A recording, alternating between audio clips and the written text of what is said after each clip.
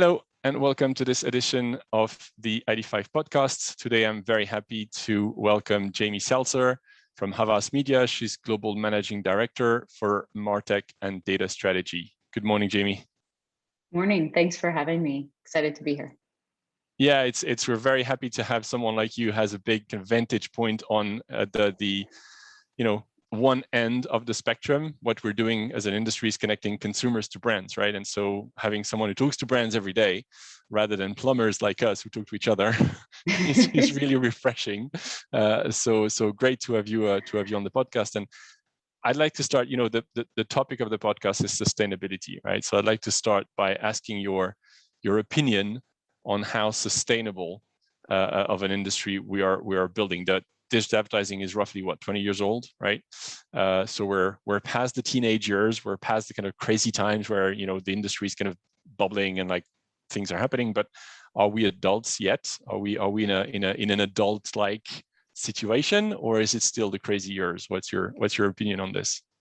It's an interesting analogy. I don't know. Maybe I'd put us in like our post-college, post-university, early 20s, where we're still out having fun, figuring out what the world looks like, not quite responsible adults yet, but still not children. So, I think maybe that's where I'd put us if we're continuing that analogy. But I think it's an interesting question about sustainability. I think if I were to think about it, there's sustainability in sort of two ways. One is sort of our current practices. Are our current practices sustainable? And I think the answer to that, regulators have told us no, consumers have told us no. I think our current practices probably aren't sustainable. But I think growth as an industry is sustainable, absolutely, because change breeds innovation. There's always going to be an ebb and flow of the industry and certain types of companies succeeding and others not so much. And as the industry changes, new people and innovation will come up, and other things will sort of fade away and evolve. So I think that I guess I think of sustainability in both of those ways. One, is the way that consumers and regulators have thought about it, and that's not sustainable, but that breeds the need for change, which ultimately breeds innovation, which I think makes the industry more sustainable. I think we as an industry, as long as we continue to grow and evolve and change, we absolutely will be sustainable, because we'll be moving with what consumers want. And ultimately what consumers want is what sells products, and that's ultimately what advertisers and brands want. So I think that's kind of a long-winded way of saying yes and no. I think I'd like to get back to this kind of balance between brands and consumers, because I think that's really interesting. But what I understand from what you're saying is that basically growth is here to stay, and there's sustainable growth kind of baked into the way the industry is organized today, because demand is here, because usage is here, like all of the fundamentals of a sustainable growing industry are there. Is that a fair summary? Yeah, I think that is a fair summary. I think that the nuance there would be, it may not be growth in the same places we're seeing growth today. It may evolve in different pockets, as we've seen, with the change, with things like clean rooms popping up, and the growth in clean rooms, leads to growth in different areas. So I think the industry as a whole will continue to grow, especially in different pockets and new and different areas as innovation comes with change.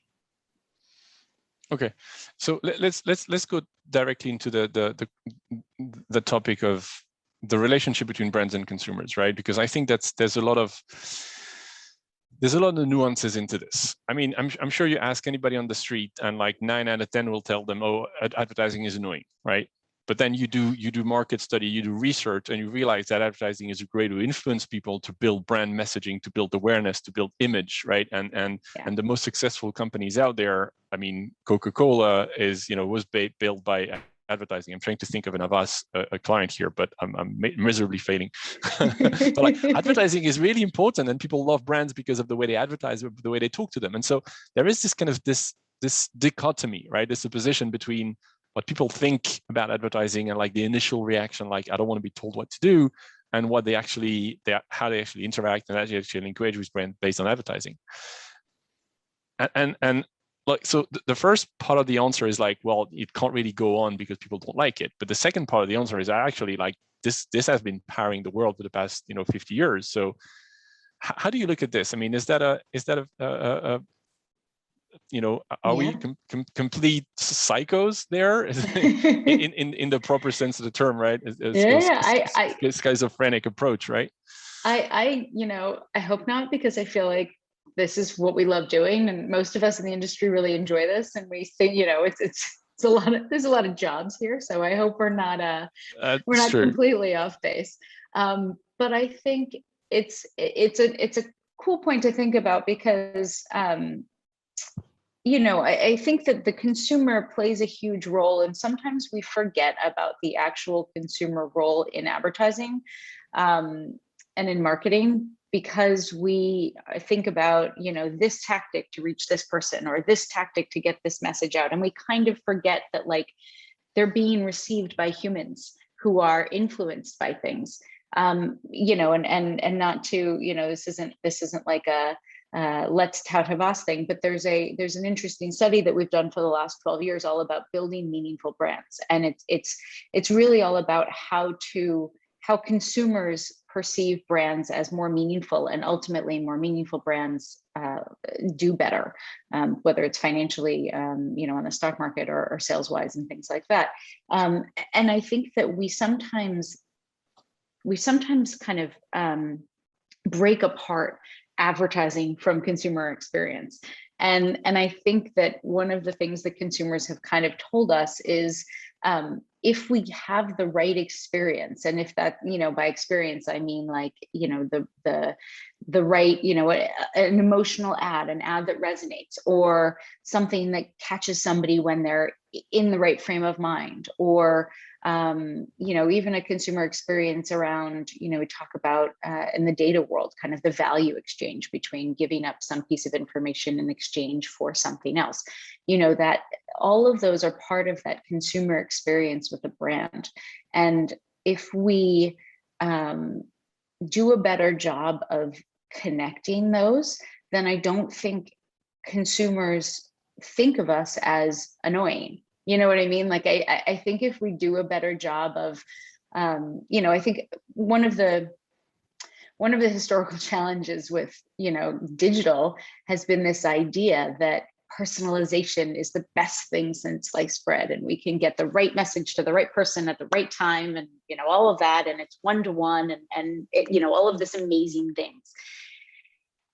But I don't think we ever really got there. And sometimes, we talk about that right time. I think the right time often got left to the side because, we could find the right person at the lowest CPM when they, with a ad for golf shoes, when they were looking at something completely different. And I think we that was annoying to people. And I think the idea that, an ad for something you browsed for, following you around for the next, 3 months, that's annoying to people. And I think we kind of forgot about the customer experience because we got access to all this really cool data, technology, and information.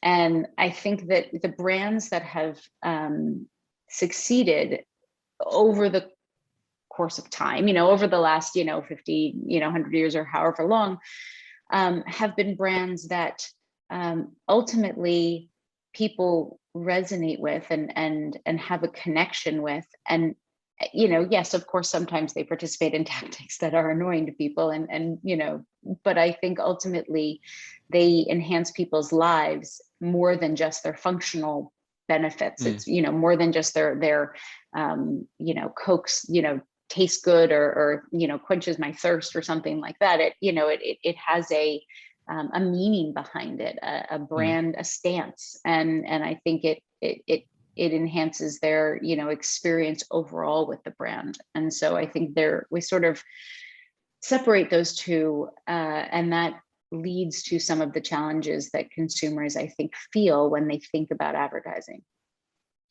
Yeah, it's all about striking a balance, right? Because I mean, I don't know how many times you've heard that, right time, right place, right message, whatever. I've Probably heard it, I've way, said it, I've, probably way it's too often. Yeah.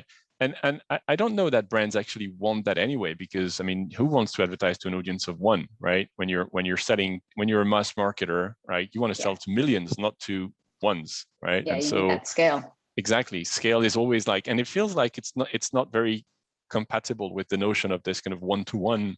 Like one-to-one at scale is complicated, right? And so maybe we've overdone the one-to-one thing a bit, and now this kind of the pendulum is swinging back. But it doesn't mean that kind of data-driven, user level intelligence isn't useful anymore, right? We need to strike that balance between understanding consumers, understanding what they want, what frame of mind they're in, and kind of giving them a message that they can connect with at a higher level. Not them personally, but like them as a group, as an audience of tens of thousands, of hundreds of thousands, or whatever, who are kind of in this similar state of mind, life stage and affluence level and everything. Absolutely. I mean, I think you're right that it's not, the idea of one-to-one, me and you having a conversation, or me and a brand having a conversation. It isn't, it's not, it doesn't lead a brand, to the mass market success that they're looking for, especially large brands. And so you're right, like it comes down to that notion of common audience traits, common connections between people, and in a certain way, I think the industry and a lot of the changes that we've been working towards, or have been thrust upon us in some ways, kind of really, goes to that idea of cohorts and scale in groups of people. But I think it also brings up that same point that you were making a minute ago, which is that doesn't mean that the access to that data should be, should be kind of hidden. I think we still need to be able to access some of that individual level information, not necessarily for going back out to that individual, but for learning and for understanding, and for, the better job. If we do a better job at understanding consumer insight and audience and consumer behavior and interests and wants and desires and things like that, we can do a better job of messaging to those groups of people who are in the same stage of life, or the same stage of the journey, or the funnel, or whatever it might be. But that information often comes at the sort of the most granular level, even if it doesn't go back out to the market in the most granular level. And it has to come to the most granular level, right? I mean, if we think about the approach that Google and Apple are taking, which is to kind of aggregate information on the device and just send aggregated information out to the world.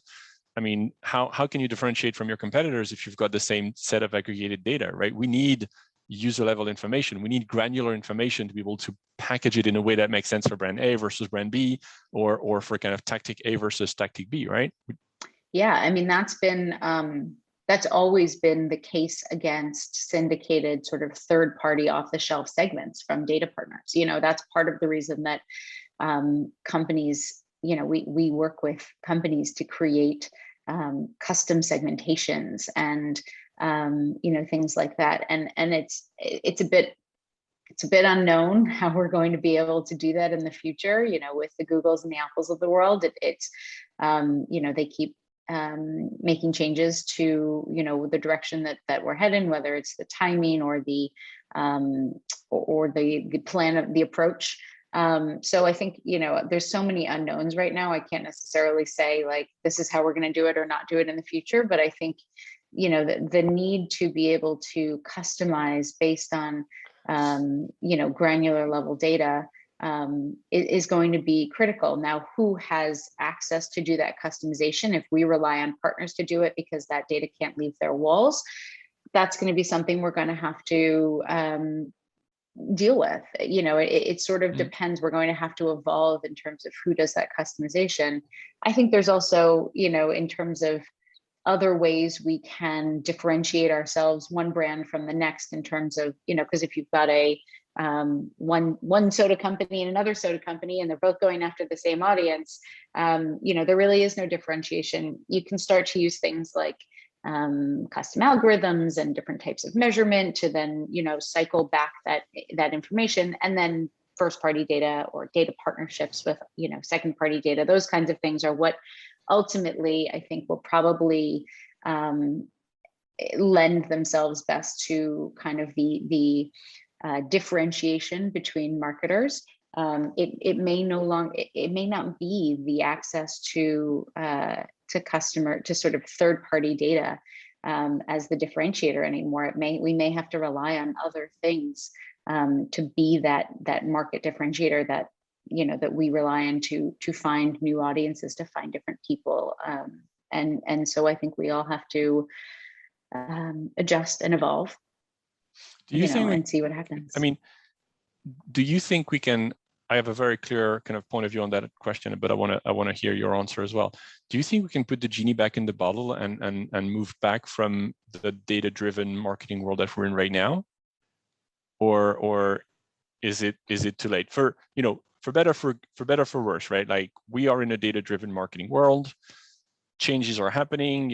Regulators are saying, enough is enough. We need to have a framework to kind of handle personal data in a responsible and transparent manner for consumers. Kind of, walled gardens are saying, my data is my data. You can't use it, right? So there's all those things happening. Do you think we're going to go back, or are we going to find a new path, but continue to move forward with data as being the core kind of fuel that powers marketing as it is today?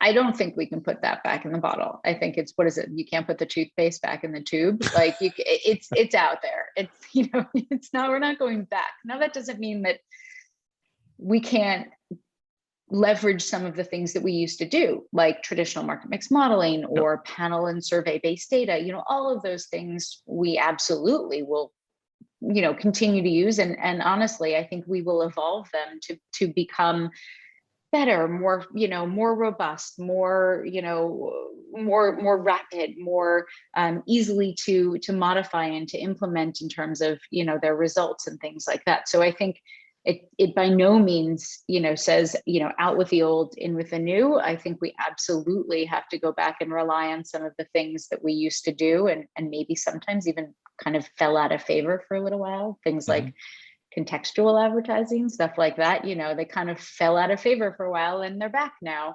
But they're back in sort of different ways. Yeah, because that's an interesting comment, because people are like, okay, data, like, user level data, we can't do anymore because we don't have cookies. And so we're going to go back to doing the old thing, which is going to, advertise to, male because they're on football content, and to female because they're on, whatever, which doesn't seem either realistic or appropriate necessarily to the situation we're in. Why would you one or the other? Like, why do we have to kind of change everything every time something happens? No, it's kind of finding the balance between all of the components, all of the tools that we have to get to that kind of value proposition for brands and consumers, right? Absolutely. I mean, and I think that, it's, as I sort of said at the beginning, like, change breeds innovation. Like, new things will come up, and that doesn't mean sometimes that means entirely new concepts. Sometimes that means, as I said, like the sort of the clean room, or, sometimes that's entirely new concepts that are going to spin up and be, valuable. And sometimes that's going to be an evolution of an existing concept. That could be an evolution of MMM, an evolution of contextual, advertising, an evolution of how we measure success. Maybe now it's, we've been talking a lot about kind of measuring via attention versus, click-through rate or something like that, or attention versus like a standard rating point. Those are all things that are evolutions of things that existed before. And I don't think that, and we don't want to go back. I don't think that we ever will go back to a time before data was at the center of everything we did. I mean, from an agency perspective, I get, we get RFPs from clients every single day. And every single one of them says, we're a data-driven organization. We want to put data at the center. Data is at the core of everything we do. We're heavily invested in data-driven marketing.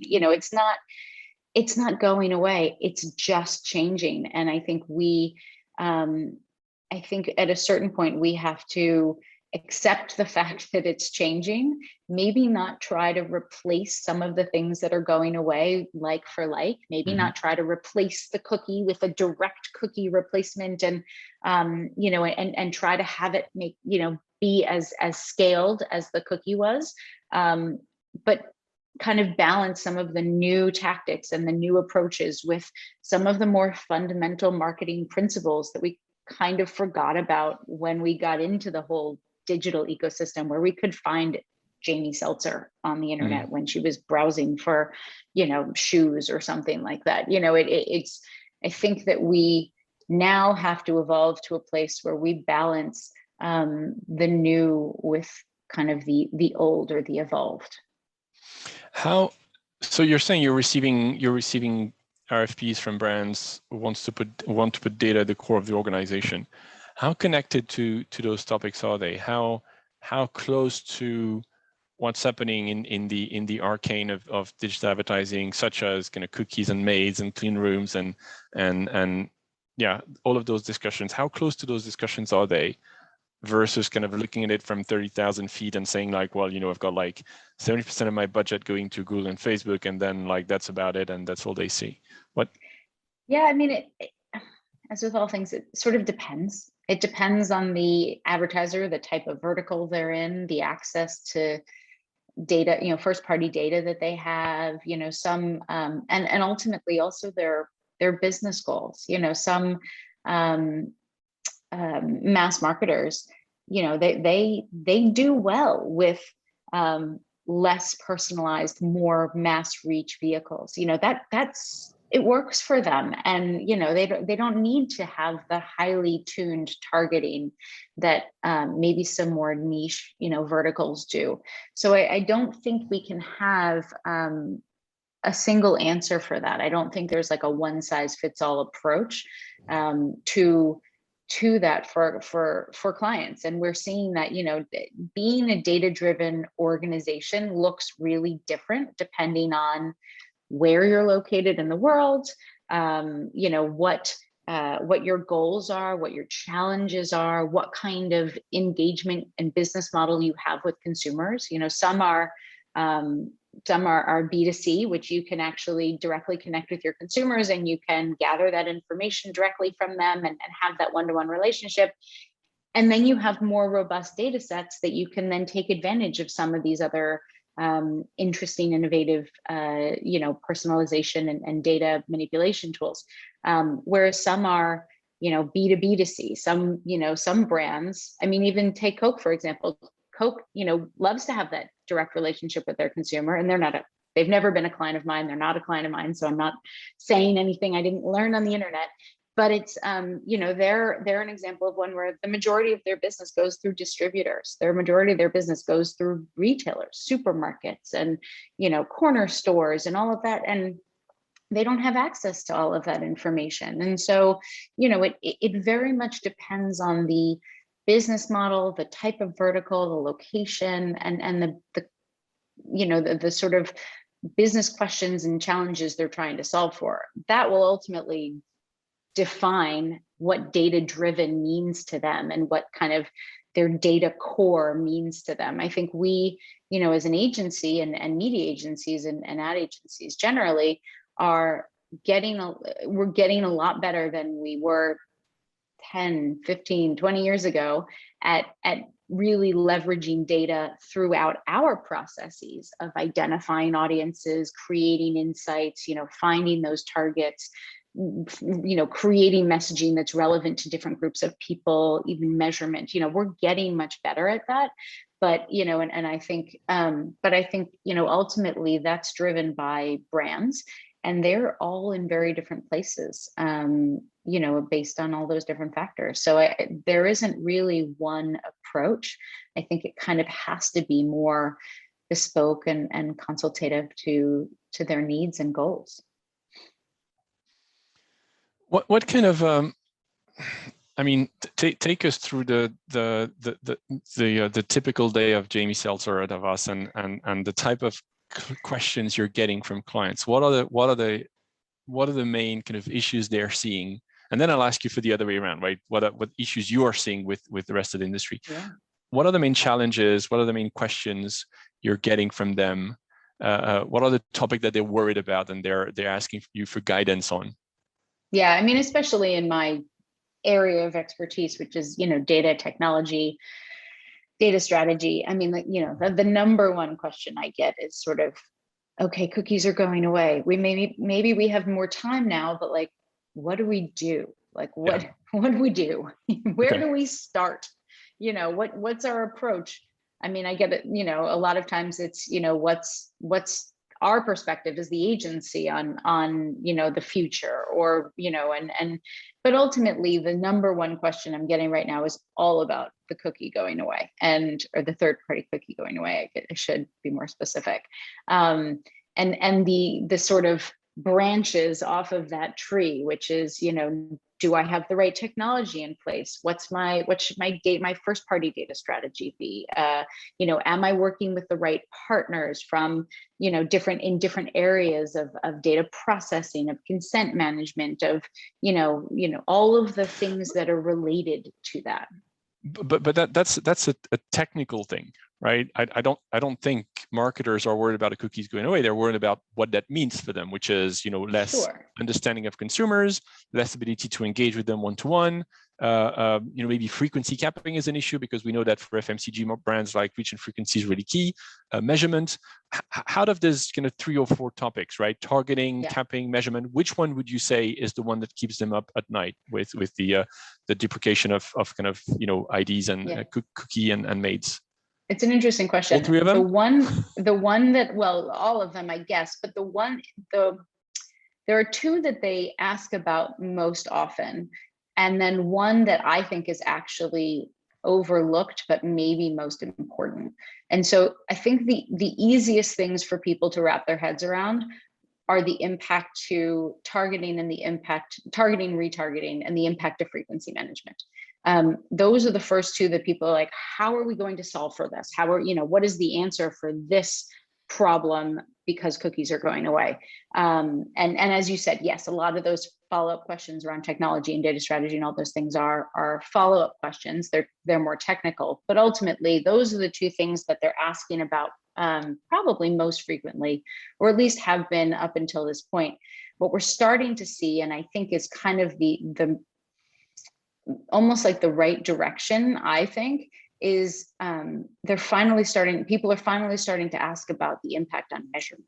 And I think it got overlooked at the beginning, I think by most people, and myself included. I jumped straight to targeting and frequency and creative personalization and all those kinds of things. But I think that we forgot about and are finally coming around to the fact that this has huge implications on media measurement. And one of the things about digital was that digital was so highly measurable, right or wrong, what accurate or not, it's, we can argue about, the validity of some of the existing forms of measurement. But I think that when the announcement came out, measurement was sort of overlooked, wrong, and we were wrong to overlook it, because I think it's really one of the biggest challenges that we are going to face is the inability to measure in the way that we were measuring before, and therefore the inability to take insight and learning based on previous previous things that we've done, previous campaigns, and understand how what we're doing is playing a role and impacting ultimately business. And I think that's why, where we're focused, or we have been focused, may actually not be the most important place to focus moving forward. Yeah, I couldn't agree more. I think this is really a combination of things, and if people have been focused on using data, there are other ways to use data. Again, the notion of marketing to a single person is irrelevant to most brands. Take retargeting out of the equation, maybe, but outside of that, like, you want to market to groups anyway. So there's other ways to do this, contextual being one of them. But measurement is clearly the key. Let's flip the question around, right? So not in terms of like what brands are asking you, but what you're asking from the industry, and where you see the industry kind of evolving, or what you see as being the main kind of hurdles to building that sustainable kind of, long-term, future-proof industry? What do you think are the main challenge that we as an industry need to solve at a high level to make digital advertising sufficient? Is it measurement, right? Because arguably cost per click or click-through rates aren't the best measure of advertising efficiency. I think we've all said that at least 1,000 times. So, measurement could be fixed. Identity, right? Interaction with consumers, consent management through those interactions, right? That's also another big challenge that we need to come to fix. Fragmentation, right? I know that as an agency, fragmentation is kind of a massive challenge to kind of operational efficiencies. Is this something that needs to be solved? It's I think I remember, the cost of operating advertising on TV is like, 1 or 2% of the media costs. The cost of operating, the operating costs, right? The friction effectively between kind of media and execution is like around 10 or 20% on online. So is this the main kind of issue that we need to solve? I'm just throwing 3 or 4 out there. You probably have other ideas, but like, what do you think is the main challenge? Like, if you look, 10 years ahead, what do you think we need to fix to continue to have that trajectory, to continue to attract brands to run kind of advertising on digital media? Yeah, it's an interesting one. It's actually, I'm gonna say sort of what you said to me in the last one, which is those are all the technical implementations, like sort of the technical elements of this.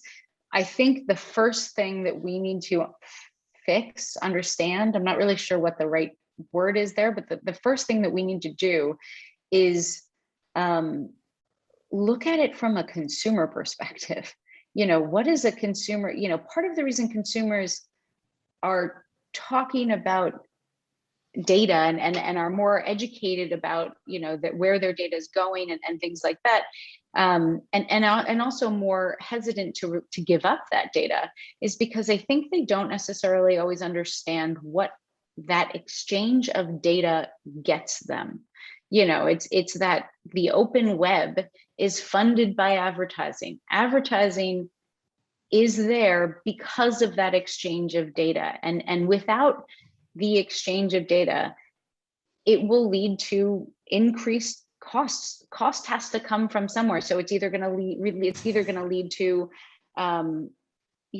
publications, and we see this with news publications all the time. It's going to lead to things either putting up a subscription model, putting up a paywall, or not being able to exist anymore. I think that's kind of the, so from a consumer perspective, we need to do a better job at educating them on what that data gets them from their everyday life, and how that, and also do a better job of understanding what we really need versus what we just sort of like to have. And, I think that there needs to be a better connection between the collection of data and the usage of data and consumers' understanding of the reasons behind that and the ultimate end goal if we don't have that exchange. So I think that's kind of one of them. I think there are definitely areas that some of the other areas you mentioned, are critical. I also think that we kind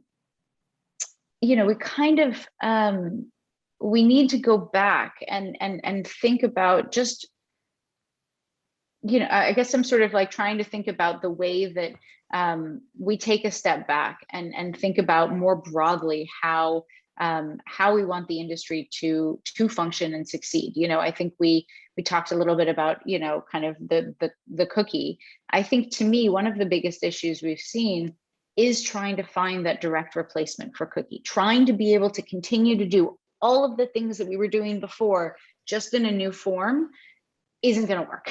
It's just not going to work. And so we have to kind of move away from that idea that, we're going to be able to do all the same things. And, it's just, we have to evolve. We have to leverage what we,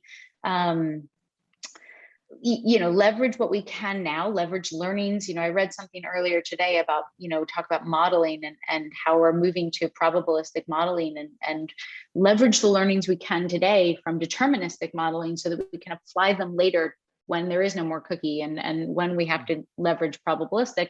And I think that's kind of what we need to start thinking about more broadly, is like, how can we leverage what we have now to learn as much as we can, but not try to replace it directly, evolve and change to be more sustainable. And focus on usage and benefits and kind of and customers' needs, i.e. consumers and brands, right? And what they need to kind of interact with each other in a sustainable way, and put the consumer back in the middle of the Lumascape. I should have asked that to Terry Kawaja, was our first guest on the podcast, and so should have mentioned that. Should have mentioned that to him. But put the consumer back and focus on the value exchange between consumers and brands and kind of content providers in the middle, right? Media owners in the middle, who are kind of enabling those interactions to. That's exactly right. All the pieces enable that relationship between the brand and the consumer. And what we need to do is we obviously need to focus on those things. Those things are incredibly important, and those technology and the data and all of those elements that we talked about earlier, kind of the plumbing that enables it, is incredibly important, but only if we have an understanding of what the consumer wants, what the brand wants, and like how those come together. Because right now, I think we've forgotten that in a lot of ways, because it's been really easy to just say, oh, I want that person because that person's in market for this product. It's the narrow view that we need to get out of. Well, it's a good time to reflect on this. It's summer. I know you're going on holiday, so hopefully you'll have time to think about that, or not. I think I'll probably think about it a little bit, but I'll probably read a book or something. Read some fiction while I'm away. Probably a better use of your holiday time. Jamie, it was a real pleasure. Thank you very much for participating and for your ideas. Thank you for having me. It was a great discussion. Thank you very much, listeners, for tuning in this week, and we'll see you next week on the ID5 podcast. Goodbye.